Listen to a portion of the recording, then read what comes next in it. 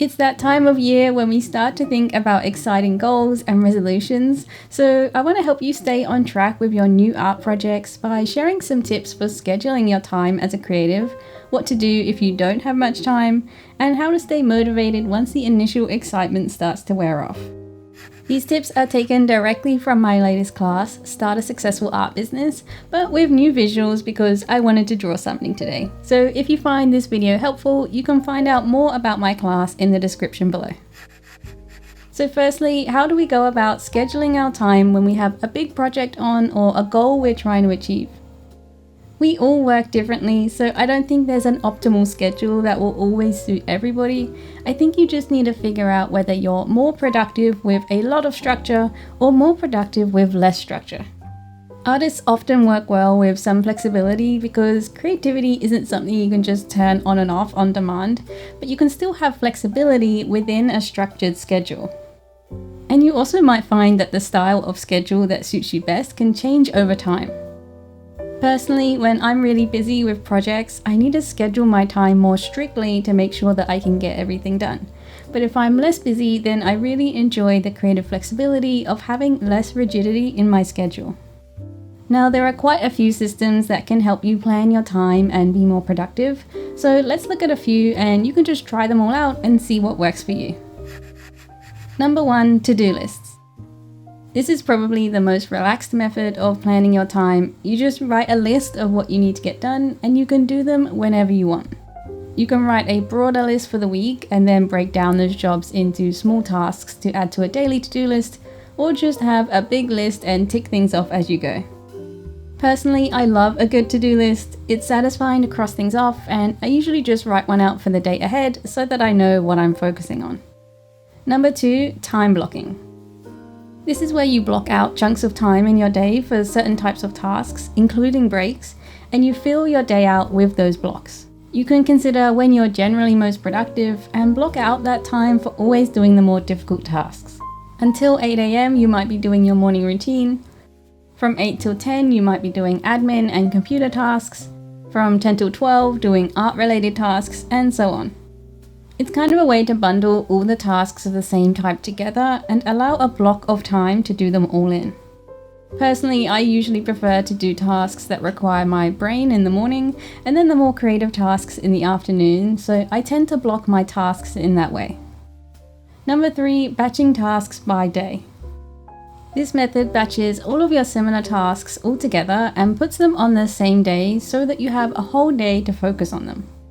On Monday, you might do all of your admin and finance related tasks. On Tuesday, you might do all of your art related tasks.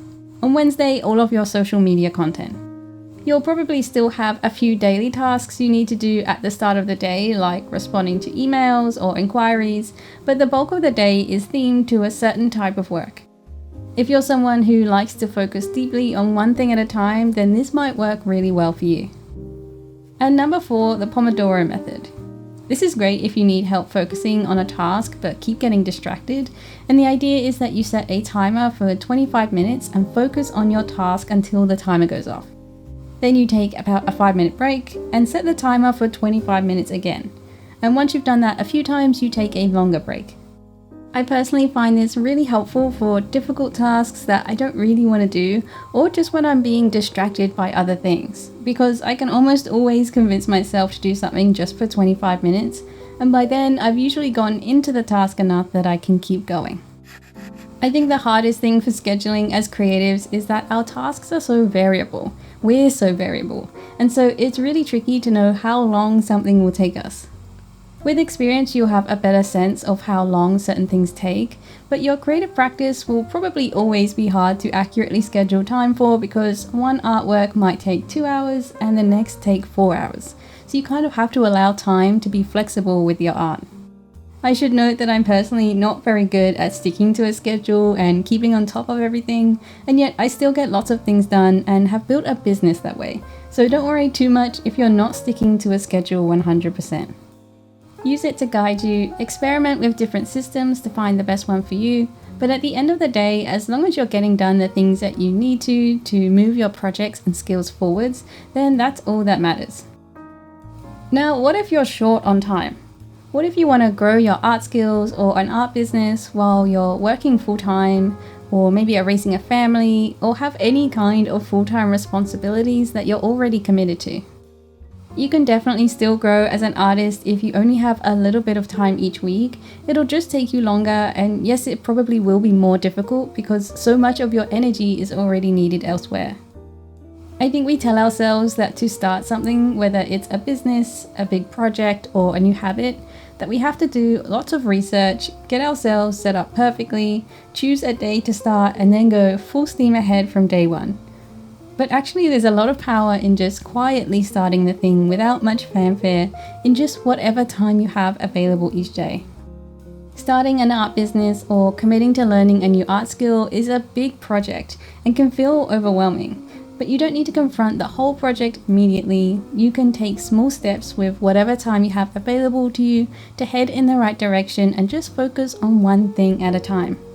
You could spend 30 minutes brainstorming some names for your social media account one day, 20 minutes listening to a podcast with creative advice another day, an hour illustrating a profile picture for your social media account the day after that.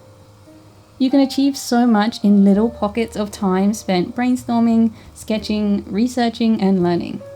Individually, it doesn't seem like much, but if you spend 20 to 30 minutes working on something small every day or near enough for 6 months, suddenly you'll look back and realize that you've been able to spend a couple of weeks worth of full-time days on your art projects. So see if you can incorporate some of the more passive tasks into your existing routine, like listening to a podcast while you're doing the housework or commuting to your job, and see if you can make small pockets of time in your day to work on the more active tasks, like drawing something new after dinner or making a social media post on the weekend.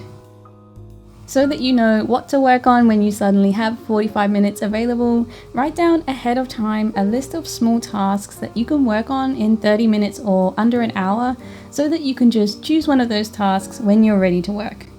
And for bigger tasks, break them down into sessions. So if it takes you 3 hours to draw a finished artwork, you might break that down into 3 or 4 parts, like doing the sketch, then doing the line work, then the coloring, etc. So it just depends on what your art process is.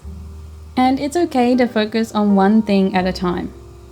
You probably don't have the energy to work on multiple projects on multiple platforms, so just focus on one main thing at a time.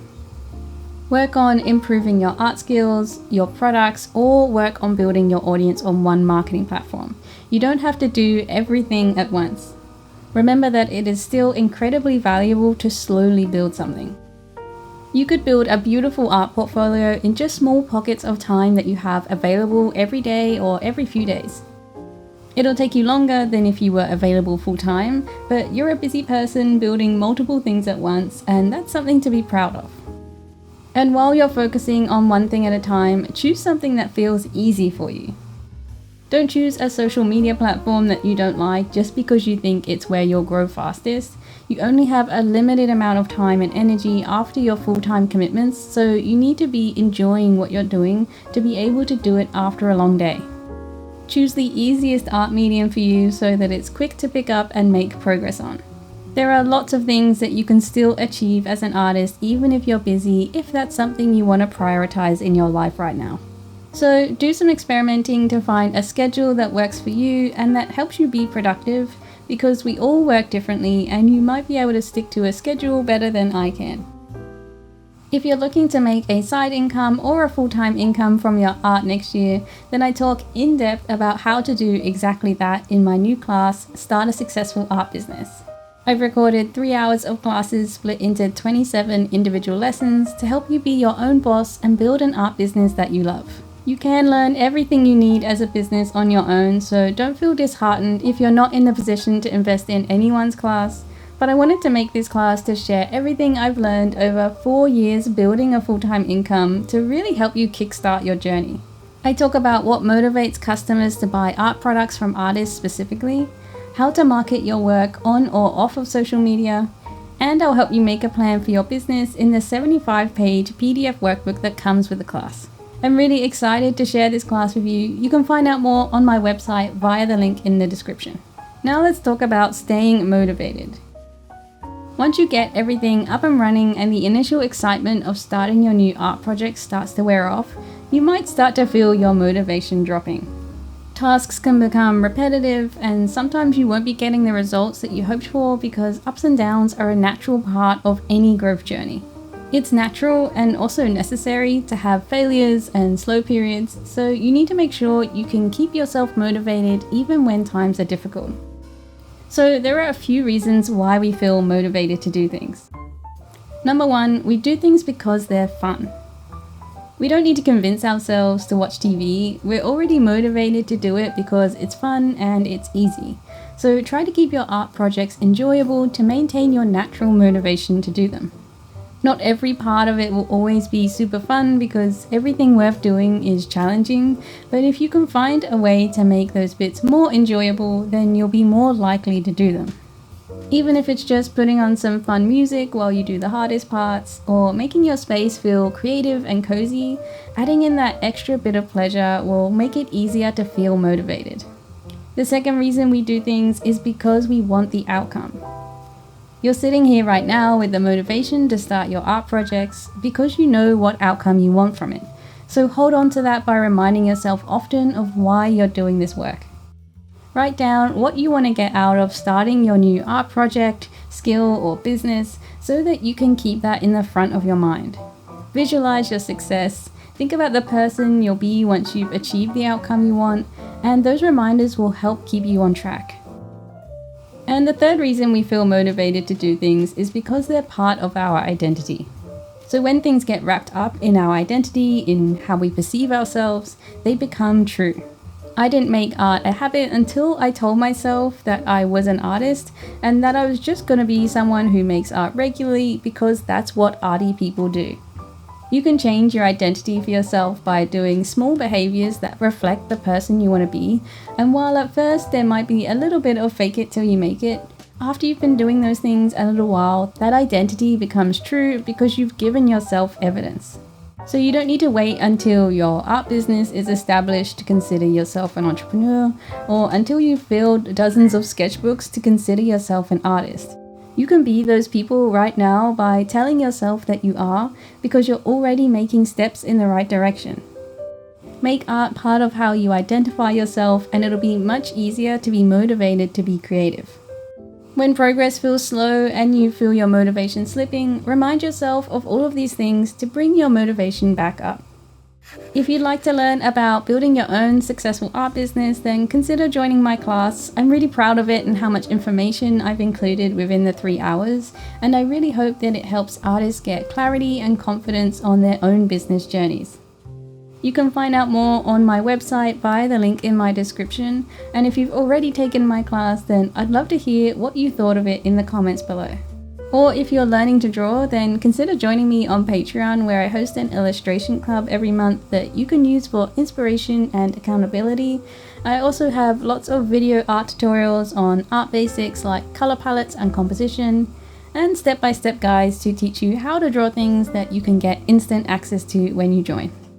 If you enjoyed this video, then I think you'll already enjoy this other art video too, so just click on the thumbnail on screen to pop it on. I love being able to share these videos with you. I appreciate you all so much, and I'll see you in the next one. Bye bye!